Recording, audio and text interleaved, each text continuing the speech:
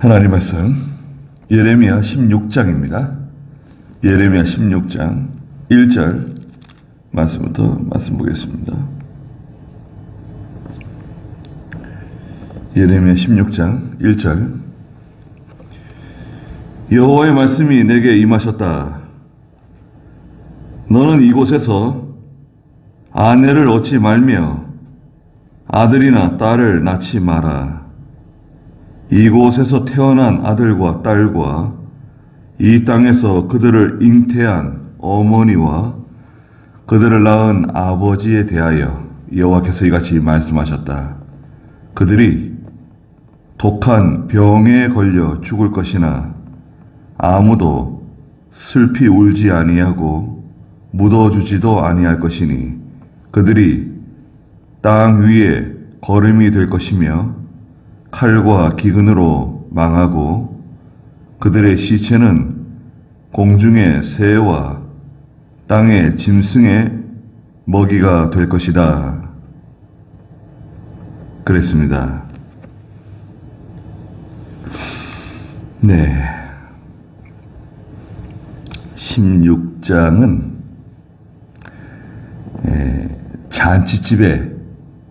잔치집에 들어가지 말라고 말씀하시는 내용이 있습니다.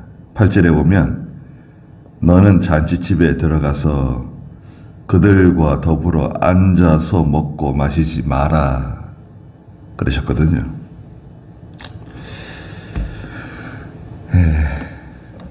잔치집은 즐거운 집이죠. 기쁨이 있는 곳입니다. 그런데 선지자가 잔치집에 가지 않네요. 초대를 받았는데 예레미야가 잔치집에 가서 기도도 해주고 또 축하해주면 좋잖아요. 하나님의 종이 와가지고 안 가네요. 오해받지 않았을까요?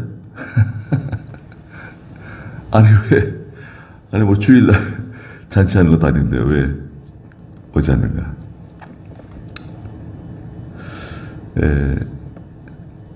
이제 지금 읽은 1절부터 4절에 있는 말씀에도 나오지만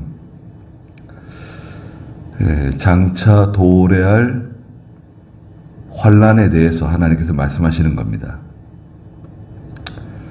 장차 큰 환난이 올 것이기 때문에 뭐예요? 1절에 있는 것처럼 여호와의 말씀이 내게 임하셨다. 너는 이곳에서 아내를 얻지 말며 아들이나 딸을 낳지 말라는 거예요. 아내를 얻는 건 결혼하는 거네요. 아내를 얻는 건 얼마나 좋은 일입니까? 기쁜 일입니까? 가정을 꾸리는 거, 또 자녀를 낳는 거 얼마나 참 복된 일입니까? 하나님의 축복이죠. 네. 자녀 낳는 게 쉽지 않아요. 네. 엄마 아빠가 다 건강하고 아무 문제가 없어도 아이가 생기지 않는 사람들이 많습니다. 그럼 아주 어렵게 아이를 낳는 사람들이 꽤 많아요. 엄마 아빠가 다 건강한데도 불구하고 뭐 여러 가지 이유가 있겠지만 여하튼 성경에서 하나님께서 태를 열어주시기도 하고 태를 닫기도 하세요. 그 태를 열어주시면 아이를 낳는 거고 태를 닫으면 아이를 낳지 못하는 거예요. 야곱의 아내 라헬은 언니 레아보다 남편의 사랑을 많이 받았지만 하나님께서 라헬의 태를 열어주지 않으셨어요. 그 언니는 남편의 사랑을 받지 못하는 여잔데 그 아이는 잘 낳네요. 뭐 계속 아이를 낳는 거예요. 너무 하나님 앞에 애통이 하니까 하나님께서 요셉과 베냐민이라고 하는 아들을 주셨죠. 라헬에게. 그것도 또 베냐민을 낳으면서 아이를 낳고 나서 그만 세상을 떠나게 되죠. 근데 여기서는 이곳에서 아내를 얻지 말래요. 이곳은 유다 땅이네, 유다 땅. 여기 지금 평화롭고 안전하고 고요하고 모든 것이 정상적으로 돌아가고 있는 이 유다 땅에서 아내를 얻지 말래요. 결혼하지 말래요. 또 아들이나 딸을 낳지 말래요. 왜? 성도가 신앙생활을 하다 보면 이 가족으로 인해서 믿음으로 살기 힘든 때가 올 수 있다는 거예요. 가족 때문에.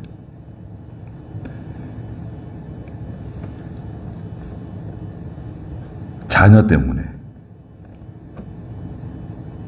아들 때문에. 딸 때문에. 남편 때문에. 아내 때문에. 이 가족으로 인해서 믿음 잘 지키는데 이 가족 혼자 있을 때는 믿음 잘 지키다가 가족이 생기면 믿음 지키는 게 쉽지 않죠. 주기철 목사님이 그 신사참배를 반대하고 신사참배를 하지 않다가 이제 평양 산정연교에서 붙잡혀가지고 이제 감옥에 갇히게 되죠.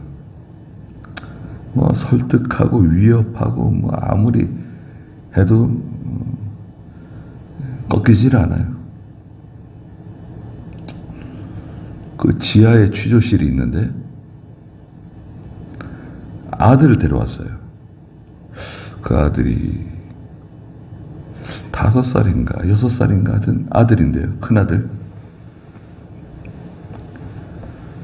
아들을 앞에 앉혀놓고 주기철 목사님의 손톱을 생으로 뽑았어요. 그 광경을 지켜본 그 아들이 실어증을 알았어요.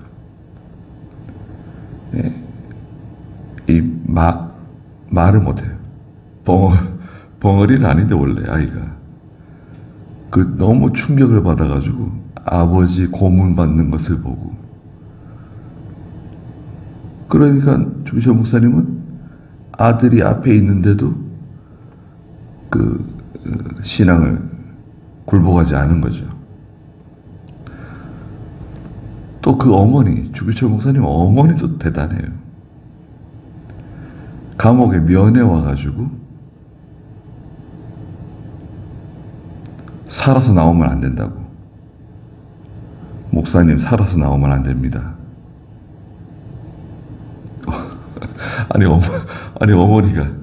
엄마가 그럴 수 있어요? 살아서 나오는 것은 신사참배 굴복하고 나오는 거다. 그렇게 하면 안 된다. 목사님, 살아서 나오면 안 된다고. 어머니도 대단하세요.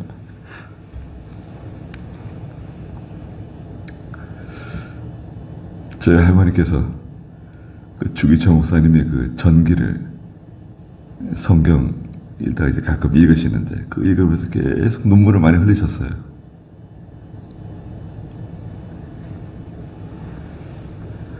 그래 이제 그 책을 읽고 나서 저한테 이제 얘기 말씀해 주시는 거예요. 그래서 이제 그 아들은 나중에 커서 이제 장로님이 되세요. 물론 이제 실어증도 한참 걸렸대요. 회복되는데. 근데 가족이 있게 되면 혼자 있을 때보다는 믿음 지키는 게 쉽지 않아요. 그럼 가족이 있는 사람은 어떻게 하면 좋은가? 고린도전서 7장 이제 29절에 가면 그런 말씀을 하셨어요. 고린도전서 7장 29절에 형제들아 내가 이것을 말한다. 때가 얼마 남지 않았으니 이제부터 안에 있는 자들은 없는 자같이 하고, 우는 자들은 울지 않는 자같이 하고, 기뻐하는 자들은 기쁘지 않은 자같이 하고, 무엇을 사는 자들은 그것을 가지지 않은 자같이 하고, 세상을 이용하는 자들은 다 이용하지 못하는 자같이 하여라. 이 세상의 형상이 사라져가고 있기 때문이다. 없는 것처럼, 결혼하지 않은 것처럼, 자녀가 없는 것처럼, 아들이 없는 것처럼, 딸이 없는 것처럼, 아내가 없는 것처럼, 남편이 없는 것처럼 그렇게 살아야 된다는 거예요. 그래야 간신히 믿음을 좀 지킬 수 있게 됩니다.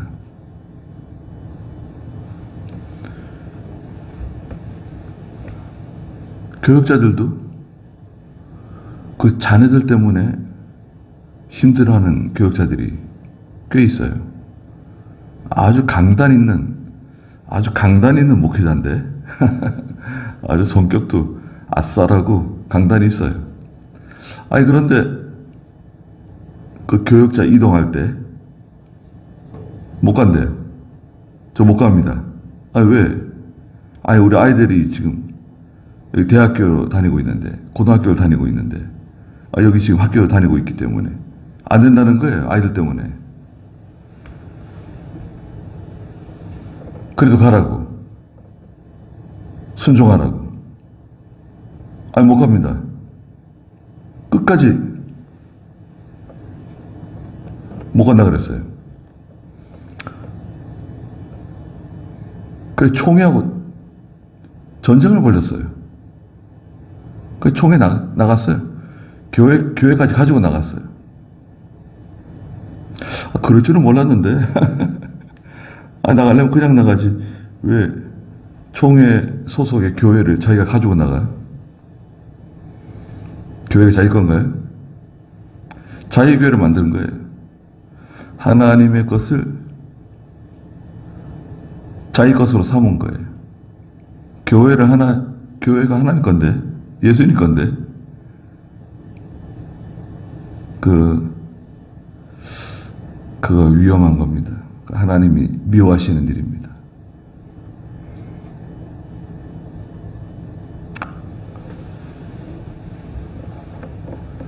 총회하고 잘 타협을 보든지, 하나님께 기도해서 하나님께 도와달라 그러든지 해서 또 순종해서 가면 자녀들이 혹시 손해를 볼 수도 있죠. 친구들도 여기 있고, 고등학교 3학년이다. 그거 좀 힘드네요. 고등학교 3학년. 그래도 갈 수 있어요. 교인 집에다가 뭐 하숙을 치든지 어떻게 해가지고 가야죠. 그 하나님 또 자녀들이 갚아주세요. 그렇지 않겠습니까? 그 자녀들이 아버지가 목사이기 때문에 손해를 많이 봤다. 여기저기 옮겨 다니느라고. 하나님 갚아주지 않겠습니까? 갚아주십니다. 근데 여기서는 지금 뭐라 그러세요? 아내를 얻지 말래요. 아들이나 딸을 낳지 말래요. 왜냐하면 3절에 이곳에서 태어난 아들과 딸과 이 땅에서 그들을 잉태한 어머니와 그들을 낳은 아버지에 대하여 여호와께서 이같이 말씀하셨다. 다 나오네요. 아들, 딸, 어머니, 아버지 다 나오네. 가족이 다 나왔네. 등장했어요. 4절에 그들이 독한 병에 걸려 죽을 것이다. 이게 무슨 말이에요? 하나님 우리에게 복을 내려주시는 분 아닌가요? 축복하시는 분 아니신가요? 목사는 강단에서 성도들에게 복을 선포하고 은혜를 선포하고 잘 될 것이다. 성공할 것이다. 부자가 되고 병 낫고 그런 걸 말해줘야 되는 거 아닌가요? 근데 뭐라 그러세요? 독한 병에 걸려 죽는데요. 이 저주 아닌가요?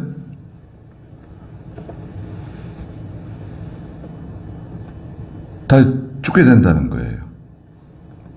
그런데 문제는 뭐냐면 그들이 죽게 되는데 아무도 슬피 울지 아니하고 울어줄 사람이 없어요. 또 묻어주지도 아니할 것이다. 땅에다 묻어주지도 못한다는 거예요. 죽는 사람들이 너무 많고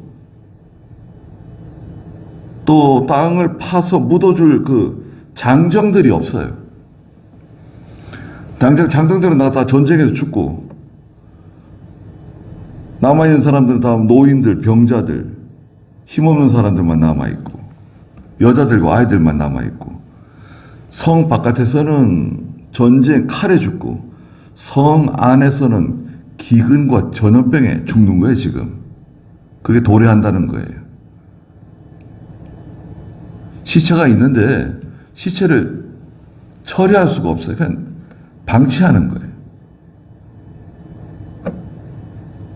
그들이 땅 위에 거름이 될 것이다. 거름처럼 버려진다는 거예요. 칼과 기근으로 망하고 그들의 시체는 공중의 새와 땅의 짐승의 먹이가 될 것이다. 얼마나 비참한 일입니까? 비참한 거죠. 이게 하나님의 저주라는 거예요. 하나님의 저주가 도래할 것이기 때문에 결혼하지 말고 자녀를 낳지 말라는 거예요. 선지자는 지금 그걸 내다보고 있어요. 선지자는 그걸 내다보고 백성들에게 하나님 말씀으로 선포하네요. 듣는 사람 입장에서 어떻습니까? 지금 유다 백성들이 그 예레미야의 말을 들을 때 편안하게 이 말을 들을 수 있을까요?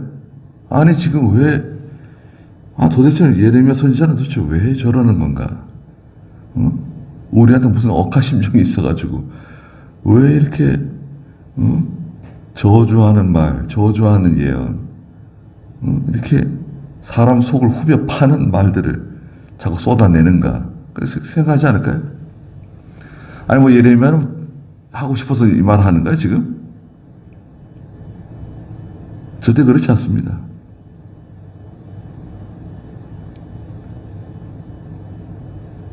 그래서 5절에 여호와께서 이같이 말씀하셨다 그랬습니다. 너는 초상집에 들어가지 말며. 왜 초상이 나면 들어가서 무난하잖아요. 위로하잖아요. 초상집에 들어가지 말래. 가서 슬피 울지도 말아라. 그들에게 조의를 표하지도 마라. 이는 내가 이 백성에게서 나의 평강을 거두었고 인애와 자비를 빼앗았기 때문이다. 여호와의 말이다. 이건 내가 한 거라는 거 하나님께서. 야, 이건 내가 이렇게 만든 거야. 내가 이 백성에게서 평강을 다 거두었다. 평강을 내가 다 거둬들였다. 하나님이 평강을 거둬들이면 그 다음에 어떻게 될까요? 위험해집니다. 위험, 불안, 공포, 두려움. 하나님이 평강을 다 걷어가세요. 그 우유 있잖아요. 우유. 우유를 따뜻하게 이렇게 살짝 데피면 살짝 데펴가지고 좀 놔두면 그 우유 위에 그 크림이 싹 이렇게 덮이잖아요. 숟가락으로 살짝 이제 크림을 걷어내잖아요. 이렇게. 하나님께서 우리 가운데 있는 평강을 싹 걷어가세요. 그럼 어떻게 되죠? 야, 그건 정말 끔찍한 겁니다. 기쁨이 어디 있어요? 안전이 없어요. 자꾸 어려운 일이 자꾸 생깁니다. 어려운 일이 지나가면 또 어려운 일이 생기고, 해결도 안 됐는데 또 어려운 일이 또 생기고, 또 어려운 일이 생기고, 뭐가 자꾸 일이 생겨요. 이게 달아날 수도 없어요. 달아나고 싶은데 달아나지도 못해요. 아들에게 무슨 문제가 생기고 딸에게 무슨 문제가 생기고 집에 무슨 문제가 생기고 자꾸 이런저런 일들이 자꾸 이제 생깁니다. 평안함이 없어지는 것은 순식간이에요. 전화 한 통 딱 받았는데 그만 평안함이 다 사라질 수 있어요. 고요함이 다 사라질 수 있어요. 하나님께서 그 평안함을 싹 걷어가셔요. 그리고 또 어떻게 하셨다 그랬죠? 인애와 자비를 빼앗았다. 하나님의 인애, 하나님의 사랑, 하나님의 위로, 인애 속에 들어있는데요. 하나님의 자비 다 가져가셨다는 거예요. 그러면 이건 생지옥이 됩니다. 생지옥. 정말 이제 어려워지는 거예요. 해결이 안 돼요. 이건 뭐 내가 해결할 수 있는 그런 차원의 문제가 아니에요. 돈으로도 해결이 안 되고, 사람으로도 해결이 안 되고. 예수님께서 제자들을 찾아오셔가지고 부활하신 다음에 제 일성이 뭔가요? 너에게 평안이 있을지어다. 평안해라. 우리를 걸어오시는 예수님께서 나다 나야 나. 안심해라. 두려워하지 마라. 그 안심이 그냥 쏙 들어오는 거죠. 평안함이 확 들어오는 거예요. 그거는요. 그냥 쏙 들어오는 거예요. 내가 뭐 거절할 수 없는 인간이 이렇게 그걸 반대하거나 반항할 수 없는 큰 평안함이 우리에게 들어오는 거예요. 쑥 들어오는 거예요. 내가 어디 가든지 하나님이 주신 평안함이 내려오는 거예요. 기쁨이 내려오는 거예요. 평화가 내려오는 거예요. 그건 얼마나 감사한 일입니까?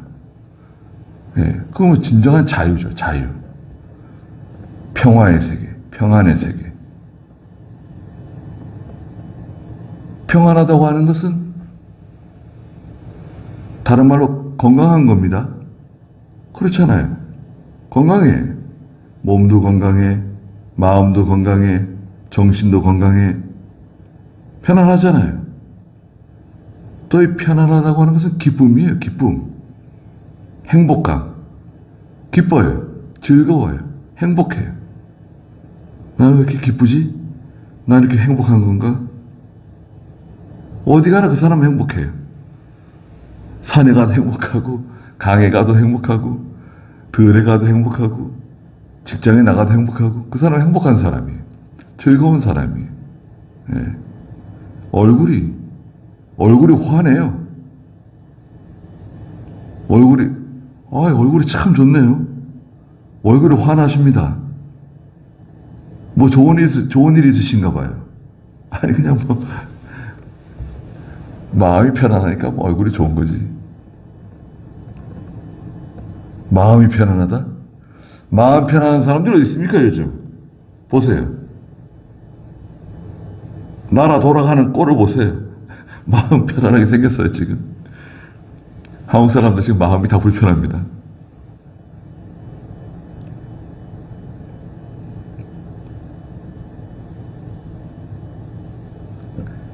거짓말에 잘 속기도 하고, 거짓말을 잘 하기도 하고.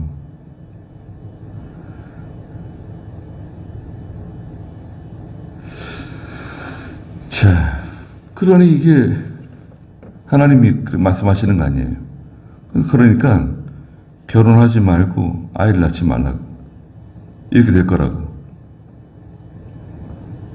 그들의 시체가 공중의 새와 땅의 짐승에 먹여야 될 거다. 아이, 끔찍하네, 이거는.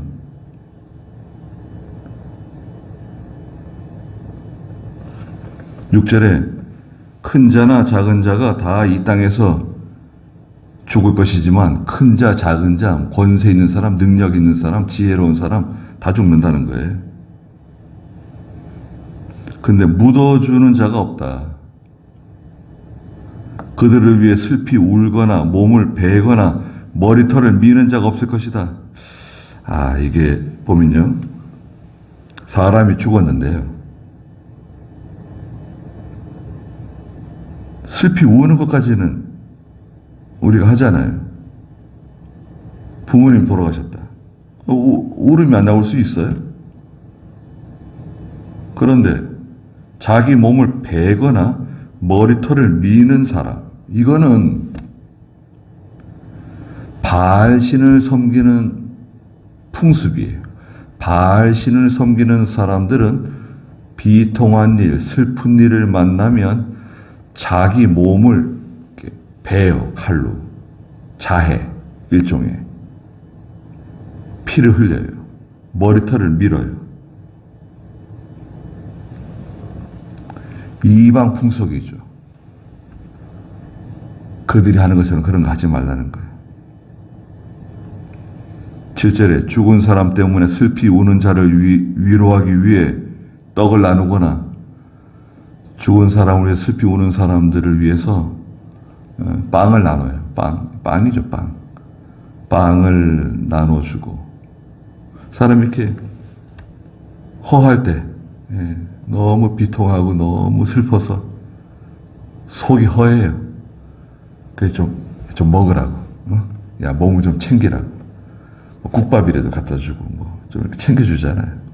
그런 것처럼. 이 사람은 주식이 빵이니까요. 빵을 이렇게 주는 거죠. 좀 먹으라고. 빵을 나눠주는 사람.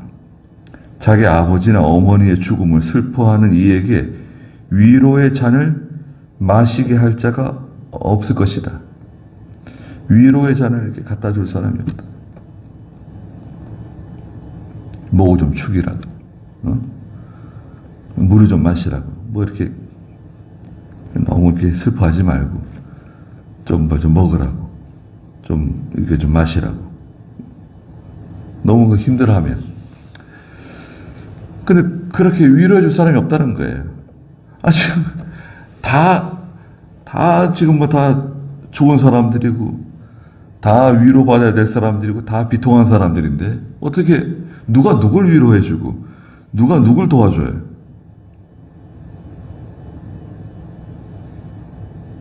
너는, 8절에, 잔치집에 들어가서 그들과 더불어 앉아서 먹고 마시지 마라. 또 죽는 사람도 있지만 또 잔치하는 또 있을 거 아니에요. 잔치집에 가지 말라. 지금 누구 거기서 기뻐하고 즐거워할 그런 때가 아니다. 이게 지금 앞으로 장차 도래할, 앞으로 일어날 일인데 하나님께서는 예레미야에게 잔치집에 가지 말래요. 그럼 사람들이 싫어할 것 같은데, 오해할 것 같은데. 아니, 왜 우리 잔치집에 오지 않을까, 선지자가?